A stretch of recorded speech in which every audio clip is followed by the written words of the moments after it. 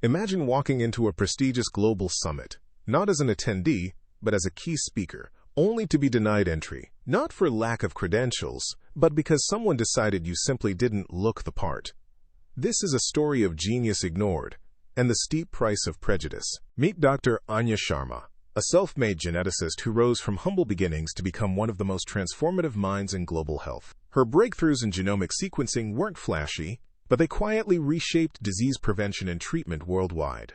Dr. Sharma wasn't seeking headlines or grand pronouncements. Late nights in her cutting-edge lab, surrounded by complex data and glowing screens, were where her true passion lay.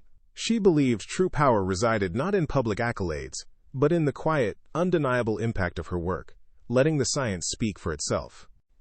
Anya's influence stretched far beyond academic papers. From her modern, minimalist corporate office, she acted as a silent consultant for major pharmaceutical and biotech firms, quietly guiding their strategic direction. She also discreetly invested millions in promising scientific startups, shaping the very future of medicine. Her name rarely appeared in the news, yet her decisions moved markets and advanced research. Like a hidden architect, Dr. Sharma believed true power was in silence and strategy, not public display. Because of that, few truly knew the extent of her reach. One crisp autumn afternoon, in the quiet comfort of her home office, Dr. Sharma received an elegant, embossed invitation.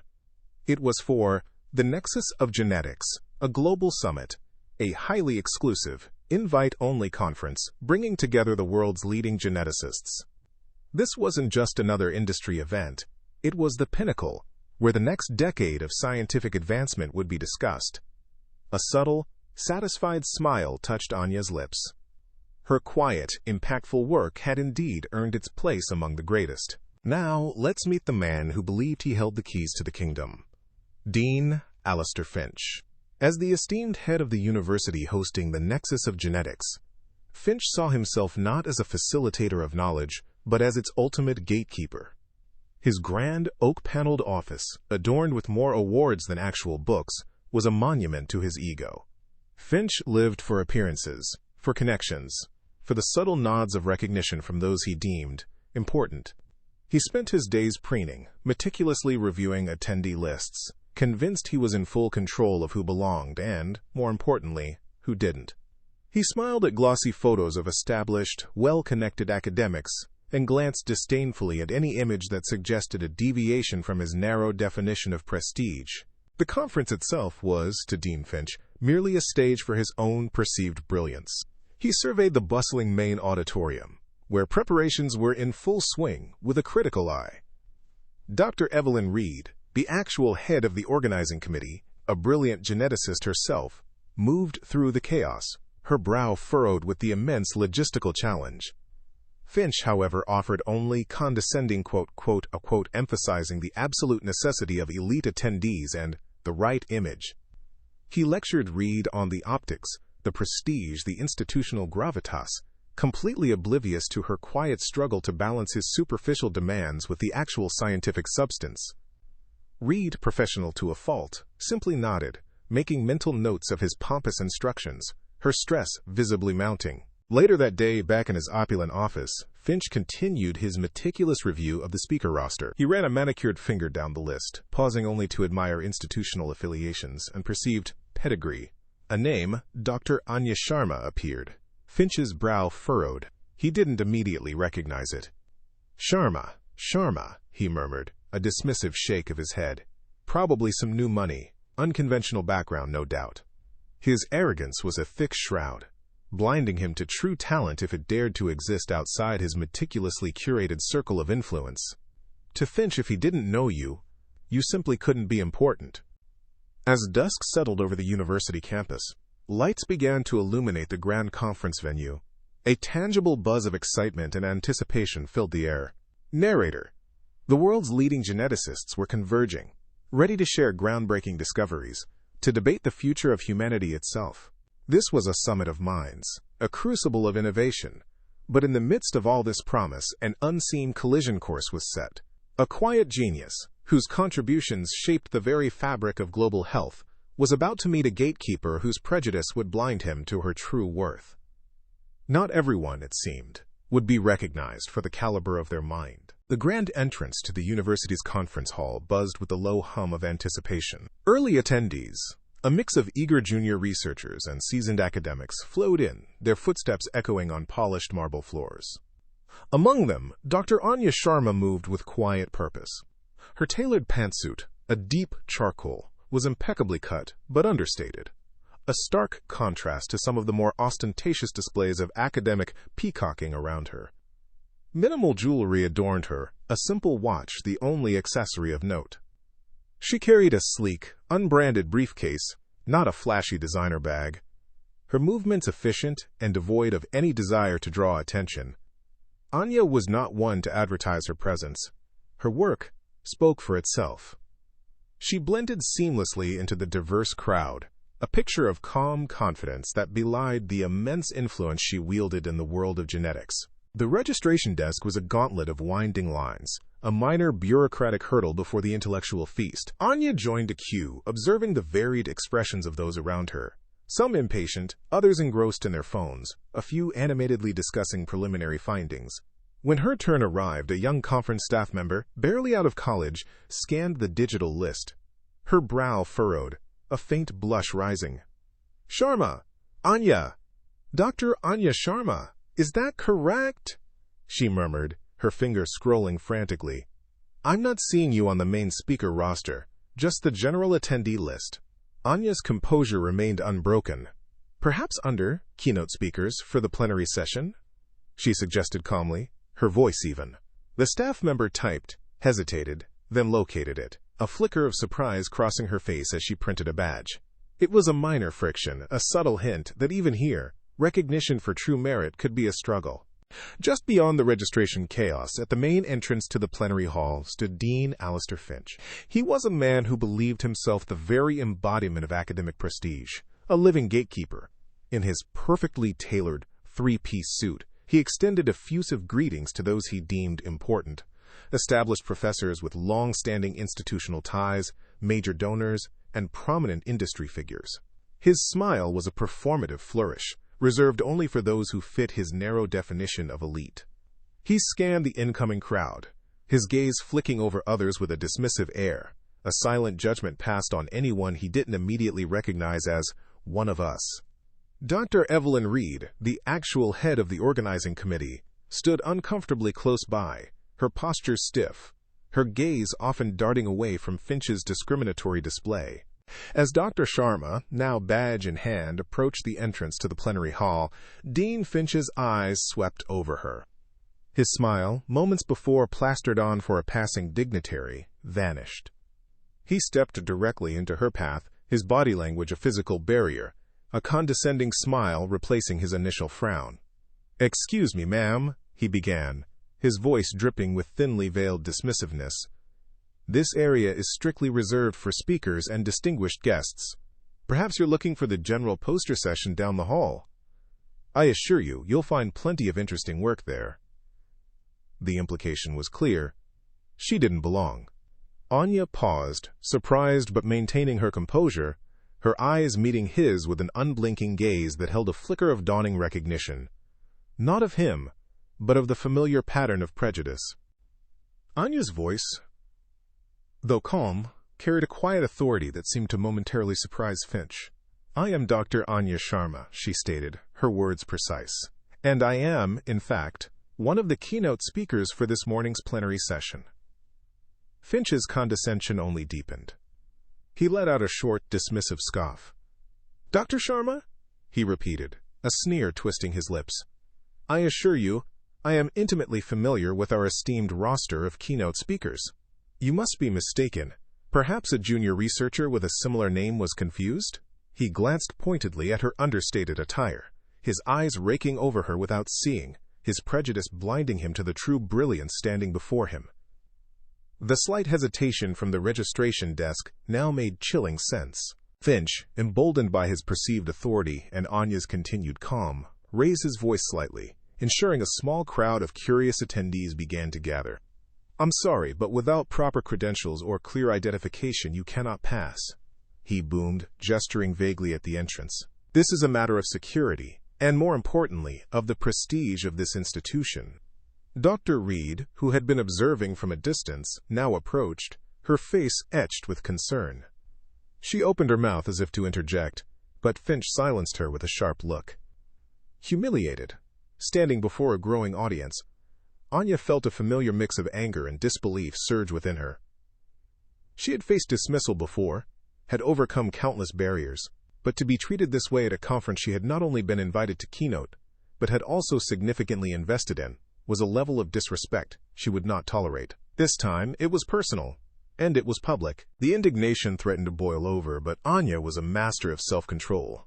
She took a deep, almost imperceptible breath, calming the storm within her. Her mind, accustomed to complex strategic thinking in the lab, quickly shifted gears. She remembered her core philosophy, a creed she lived by. True power was not in loud pronouncements or flashy displays, but in silence and strategy. Dean Finch saw only what he expected to see, a superficial image. He had underestimated her, and that was his fatal error. A determined glint entered her eyes, subtle but unmistakable. She decided, then and there, that she would not simply argue her way in. She would play a different game entirely. With her decision made, a quiet resolve settled over her. Anya reached into her pocket, pulling out her sleek smartphone. Her fingers moved with calm precision, dialing a number she knew by heart. She held the phone to her ear, her gaze unwavering, still fixed on Finch, who was momentarily distracted, puffing out his chest to greet another, important, arriving guest. Anya spoke softly, her voice low but firm, cutting through the ambient hum of the lobby. "Yes, I need you to initiate the contingency plan. Immediately." Finch, entirely absorbed in his superficial pleasantries, didn't register the call. He remained oblivious, his back to her, as Anya set in motion the unraveling of his carefully constructed world. Believing he had successfully dispatched an unwelcome visitor, Dean Finch turned back to Dr. Reed, a self-satisfied smirk playing on his lips. "See, Evelyn," he pronounced, his voice still carrying a note of self-congratulation. "This is precisely why we must maintain such rigorous standards. One cannot simply wander into an event of this caliber." Reed, however, looked uneasy, her eyes darting towards Anya, who stood silently a few feet away, her phone now back in her pocket. A subtle, almost imperceptible smirk touched Anya's lips, a knowing expression that spoke volumes. Finch, oblivious in his perceived victory, basked in his own arrogance, completely unaware of the seismic shift Anya had just set in motion, a shift that would soon bring his entire world crashing down around him. As Dean Finch reveled in his petty victory, a subtle, disquieting shift began to ripple through the bustling main conference lobby. It started as a murmur, a low hum of hushed conversations that quickly escalated. Attendees, once engrossed in networking or casual chatter, began checking their phones with a sudden urgency. Whispers circulated. "Did you hear about an unexpected development?" Or, "I heard a major investor is pulling out." The once calm, professional atmosphere slowly gave way to an undercurrent of uncertainty, a growing unease that even the most oblivious couldn't ignore for long. Staff members, usually impeccably composed, now looked visibly flustered, their eyes darting between their devices and the anxious faces of guests. Something was stirring, an unseen force beginning to exert its influence, and the grand hall was its first stage. Yet, amidst the growing unrest, Dean Alistair Finch remained a bastion of blissful ignorance.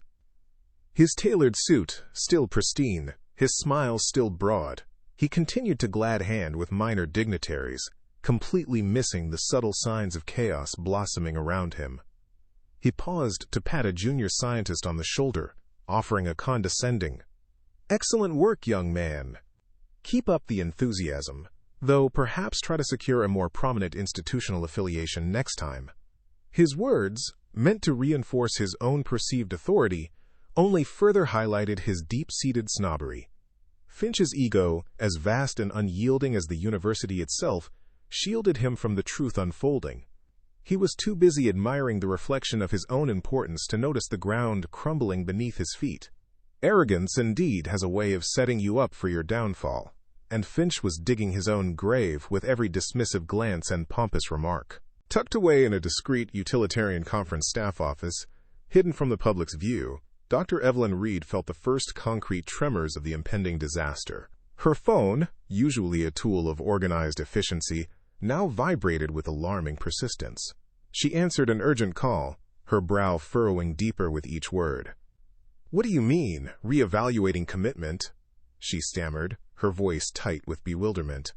But the funding was just confirmed.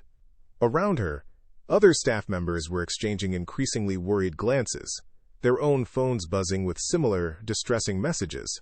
Screens flashed with urgent emails, subject lines screaming about unforeseen financial complications and sponsor concerns.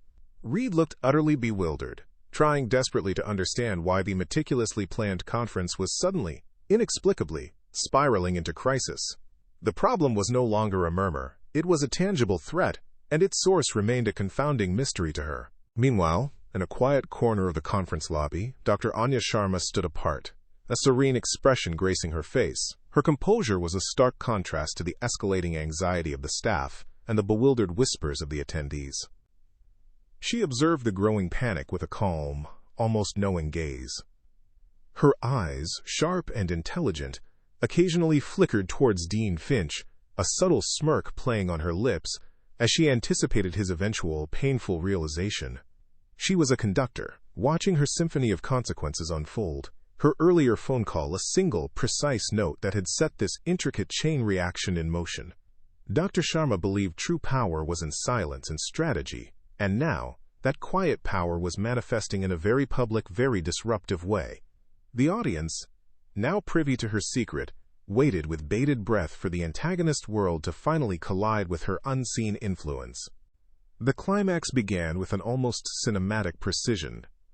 Two sleek, black sedans glided silently onto the university's grand drive, pulling up directly to the main entrance, catching the attention of every anxious eye in the lobby.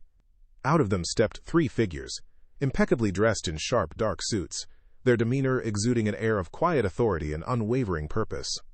Anya's legal and financial team. They didn't glance around, didn't hesitate. Their strides were deliberate, purposeful, aimed directly for the main conference hall.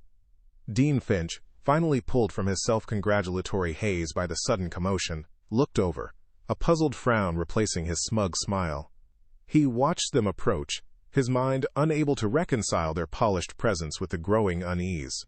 He had no idea these uninvited guests were about to deliver the uninvited truth. The team moved with the efficiency of a well-oiled machine. They bypassed Dean Finch, ignoring his suddenly unsure posture, and walked directly towards Dr. Anya Sharma, who stood watching the scene unfold. Their leader, a tall woman with an air of absolute professionalism, stopped directly in front of Anya, offering a respectful nod. "Dr. Sharma?" she began, her voice clear and formal, cutting through the murmurs in the lobby. "We came as soon as you called. Shall we proceed with the asset reallocation documentation?" The entire lobby fell silent. Every head turned, every eye fixed on Dr. Sharma and her formidable entourage. The staff gasped, attendees exchanged bewildered looks, and Dean Finch's smug face, which moments ago had oozed self-satisfaction, slowly, agonizingly, drained of all color. The quiet genius had just been publicly acknowledged as the undisputed authority. Richard's jaw dropped. No, wait. Finch's jaw dropped. His eyes, once full of dismissive arrogance, now widened with dawning horror. He stammered, his voice a pathetic squeak against the sudden silence. "Dr. Sharma, you're the Dr. Anya Sharma, the one who backed the genomics initiative? The anonymous benefactor?" Anya turned to him, her gaze calm but firm, a quiet storm brewing behind her composed exterior. "Yes, Dean Finch," she replied, her voice resonating with an authority that left no room for doubt. "I am the Dr. Sharma you just barred from my own conference."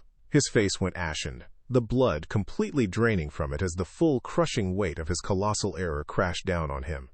The world he had so carefully constructed, built on appearances and prejudice, was collapsing right before his eyes, and he was powerless to stop it.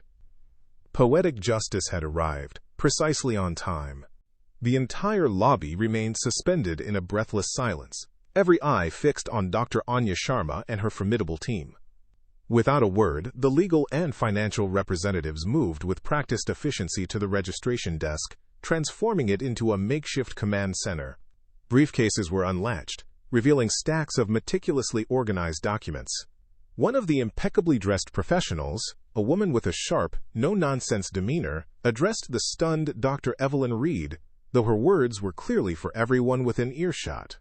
"Dr. Reed, we are initiating the immediate asset reallocation and withdrawal of all funding, endowments, and intellectual property licenses associated with Dr. Sharma's investments in this university, and, specifically, this conference."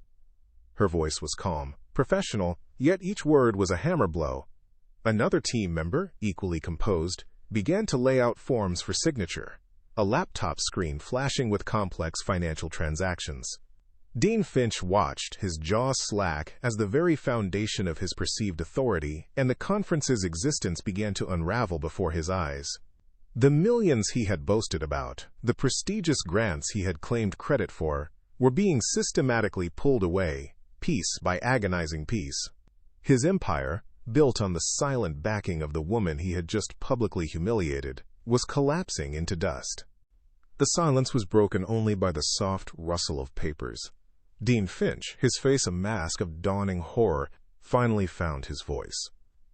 It was a pathetic, desperate sound, utterly devoid of his earlier arrogance. "Dr. Sharma, please," he stammered, his hands trembling as he instinctively reached out as if to grasp at the disappearing funds. Anya subtly, almost imperceptibly, shifted her weight, stepping back just enough to avoid his touch. "This is a misunderstanding. The conference needs your support. The university needs you." He was practically pleading now, his eyes darting frantically between Anya and her unyielding team. "I didn't mean it like that. It was a mistake. A terrible, terrible mistake." The words tumbled out, stripped of all dignity, laying bare his raw desperation for all to witness. The crowd murmured, a collective gasp of disbelief at the swift and brutal reversal of fortune. Anya turned her gaze back to Dean Finch, her expression calm, unyielding, and utterly authoritative. There was no anger in her eyes, only a quiet, profound disappointment that cut deeper than any outburst could. Her voice, though soft, carried through the stunned silence of the lobby, resonating with a power that left no room for argument. "Respect, Dean Finch," she stated, her words slow and deliberate, "is something you show everyone, not just the people you recognize or the ones you deem worthy of your attention. You should have thought of that before you judged me." Her words hung in the air, a stark, irrefutable indictment of his prejudice, echoing the very core theme of dignity and merit. Finch flinched as if struck, recoiling from the truth in her gaze. Anya held his gaze for another moment, allowing the full weight of her statement to sink in, then turned back to her team, a subtle nod her only command. They resumed their work, the sound of official documents being signed a death knell for Finch's academic reign. The news, once a murmur, now exploded.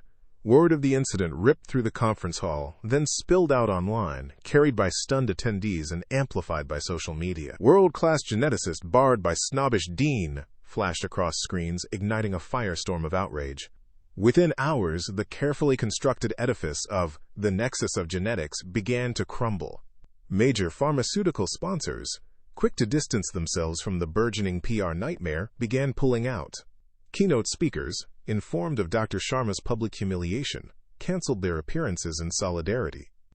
The once bustling halls quickly emptied, replaced by the frantic scurrying of panicked staff. Dr. Evelyn Reed, her face pale and devastated, buried her head in her hands at the registration desk, utterly overwhelmed by the unfolding disaster. The conference, meant to be the pinnacle of scientific collaboration, was now a symbol of academic arrogance and institutional prejudice, destined to be remembered not for its breakthroughs, but for its spectacular, self-inflicted collapse. A few days later, the scene shifted to the austere, wood-paneled university board meeting room. Dean Alistair Finch, stripped of his customary tailored suit and swagger, sat before a panel of grim-faced board members. Their expressions were not sympathetic, but stern, reflecting the immense financial and reputational damage he had inflicted. They cited his gross misconduct, the irreparable damage to the university's standing, and the blatant disregard for the institution's values of inclusivity and merit.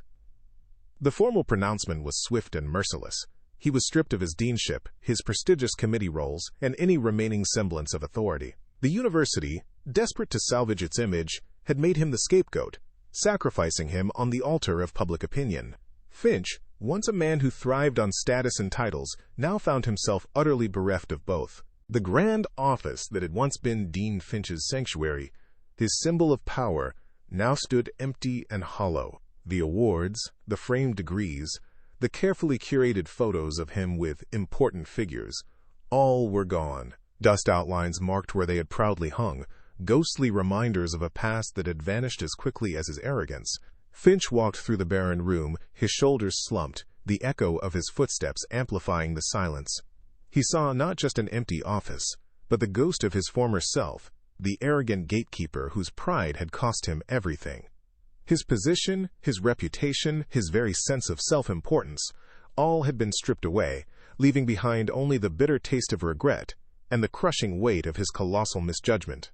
He had judged a book by its cover, and in doing so had written the final, damning chapter of his own story. Months later, a new energy buzzed across a different, more inclusive university campus.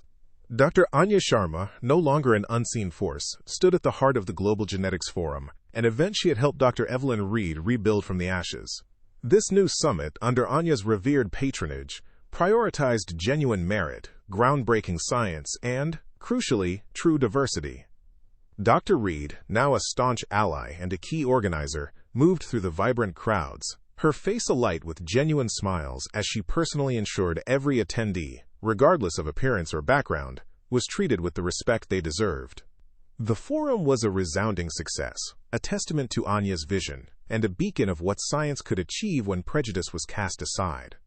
It was a new beginning, not just for a conference, but for a community learning the profound power of respect. Dean Alistair Finch lost everything: his prestigious position, his esteemed reputation, and the very foundation of his academic career. His downfall wasn't a random twist of fate. It was the direct, undeniable consequence of his own prejudice and arrogance. This story serves as a stark reminder that prejudice doesn't merely harm the victim, it ultimately consumes the perpetrator. True talent, like Dr. Anya Sharma's, cannot be suppressed forever. It will always find a way to shine, exposing the superficiality of those who try to dim its light. Finch's story is a monument to this universal truth. So remember, never judge a book by its cover, because the person you look down on today might just be the one holding the keys to your future tomorrow. Dr. Sharma, in her quiet strength and unassuming demeanor, was the very embodiment of this lesson. Dean Finch, blinded by his narrow definition of worthy, saw only what he expected to see, not the world-class geneticist standing before him. We are constantly surrounded by brilliance that doesn't fit conventional molds. It's on us to look beyond the surface, to recognize merit wherever it appears, not just where we expect it to be. But this story isn't just about a fall from grace, it's about the profound power of respect. In her new, more inclusive Global Genetics Forum, Dr. Sharma thrives, surrounded by a team that genuinely values collaboration and diverse perspectives. Her projects, free from the shackles of elitism, are flourishing, attracting brilliant minds from every corner of the globe. This success is explicitly linked to an environment built on mutual respect and pure meritocracy, proving that when you uplift everyone, you elevate everything. Justice, though sometimes a slow-moving force, often comes full circle with a satisfying inevitability. The story of Dr. Anya Sharma and Dean Alistair Finch is a powerful testament to this truth. It reminds us that integrity and excellence will always prevail over arrogance and discrimination. True value, like the groundbreaking work of Dr. Sharma, always shines through, bringing about a reckoning for those who dare to ignore it. The world, in the end, aligns itself with truth. If you've been inspired by Dr. Sharma's resilience and the poetic justice served in this story, then hit that like button right now. We'd love to know how far this message of empowerment reaches, so comment below where you're watching from. And make sure to subscribe for more stories where brilliance overcomes bias.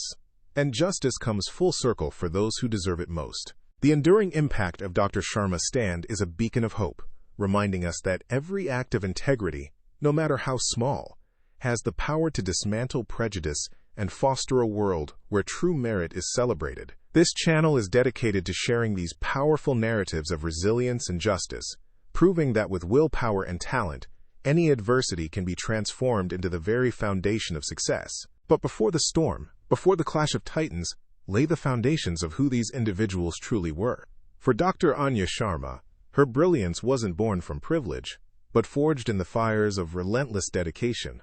She began as a scholarship student, a quiet force in bustling university labs. Many saw only a young black woman, navigating a world not always built for her. They saw her modest attire, her focused gaze, and often dismissed her with a fleeting glance or a patronizing pat on the back. But Anya didn't seek their validation. She sought answers, poring over data late into the night, her passion for genetics a burning beacon. Each dismissive nod, each overlooked publication, only fueled her resolve. She was a testament to the fact that true genius doesn't demand recognition. It simply is, patiently awaiting its moment to reshape the world. Dean Alistair Finch, on the other hand, was a product of a different kind of forge, one built on inherited status and superficial praise.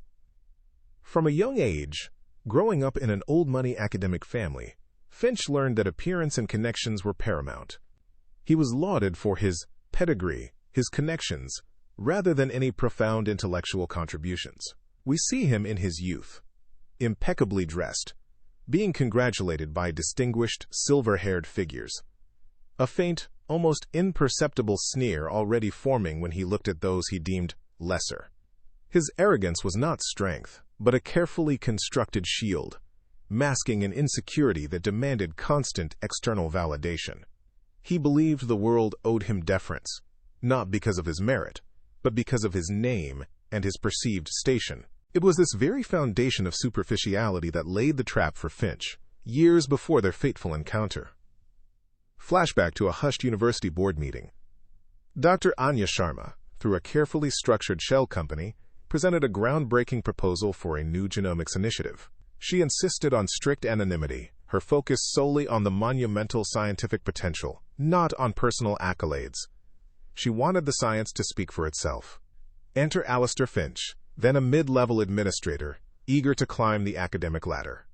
When the anonymous, multi-million-dollar funding for the initiative was secured, Finch, without a moment's hesitation, enthusiastically took full public credit. He grandly presented the, quote, genomics initiative, basking in the applause, completely unaware that the true architect and benefactor was a woman he would one day publicly humiliate. He thought he was securing his future. In reality, he was laying the groundwork for his downfall. In the chaotic days leading up to the Nexus of Genetics conference, Dr. Evelyn Reed, the actual head of the organizing committee, found herself trapped between a rock and a hard place. Her office was a maelstrom of papers, overflowing inboxes and buzzing phones. Finch's incessant demands for elite guest lists and perfect optics overshadowed any genuine discussion of scientific content. She often found herself sighing heavily, running a hand through her already disheveled hair, staring at a framed photo of her stern but brilliant scientific mentor. "It's about the science, Evelyn," her mentor's voice seemed to echo. "Always the science." But Finch's priorities were clear. It was about the asterisk show. Reed, a woman of integrity and true scientific passion, felt a knot of frustration tighten in her stomach. She knew the conference held immense potential, but she worried that Finch's obsession with superficiality would overshadow the very brilliance it was meant to showcase. The immediate aftermath of Anya's decisive phone call was not a roar, but a chilling tremor that ran through the university's highest echelons. Just hours after Finch barred Dr. Sharma, an emergency board meeting was convened. Furious board members, faces etched with panic, stared at financial charts flashing ominous red. "Major funding has been withdrawn," one exclaimed, slamming a fist on the table. "Our primary backer for the genomics initiative has vanished." They scrambled, making urgent calls, their concern purely financial. They didn't yet grasp the asterisk who or the asterisk why, only the catastrophic what. Their desperate attempts to understand the sudden hemorrhage of funds painted a clear picture. Their empire was built on a foundation they didn't truly comprehend, a foundation that Dean Finch, in his arrogance, had just violently shaken. But the financial shockwaves were only the beginning. Within hours, the story of the, quote, world-class geneticist barred by snobbish Dean exploded across news feeds and social media. Screens flashed with headlines: University Dean humiliates keynote speaker. Prejudice at prestigious summit. Twitter feeds trended with hashtag justice for Dr. Sharma and hashtag Finchfully, public outrage mounting with every shared post and scathing comment. Screenshots of Finch's dismissive face, captured by quick-thinking attendees, went viral, fueling a fierce demand for accountability. The university, once a bastion of academic pride, found itself caught in a media storm, its reputation crumbling under the weight of public condemnation. The world was watching, and it was demanding justice. The university's attempts at damage control were swift, yet utterly inadequate. A grim-faced university spokesperson, flanked by unsmiling PR advisors, held a press conference. She read a carefully worded apology, avoiding any direct mention of Dean Finch. "We deeply regret the unfortunate incident," she stated, her voice devoid of genuine emotion, "and are committed to a thorough internal investigation." She reaffirmed the university's dedication to, quote, diversity and inclusion, a hollow promise that rang false to a public already inflamed. Online, the apology was met with a fresh wave of skepticism and further outrage. A split screen showed the spokesperson's strained smile juxtaposed with biting social media comments. It was clear. The public saw through the platitudes. The university's carefully constructed image was shattered, and no amount of PR spin could put it back together.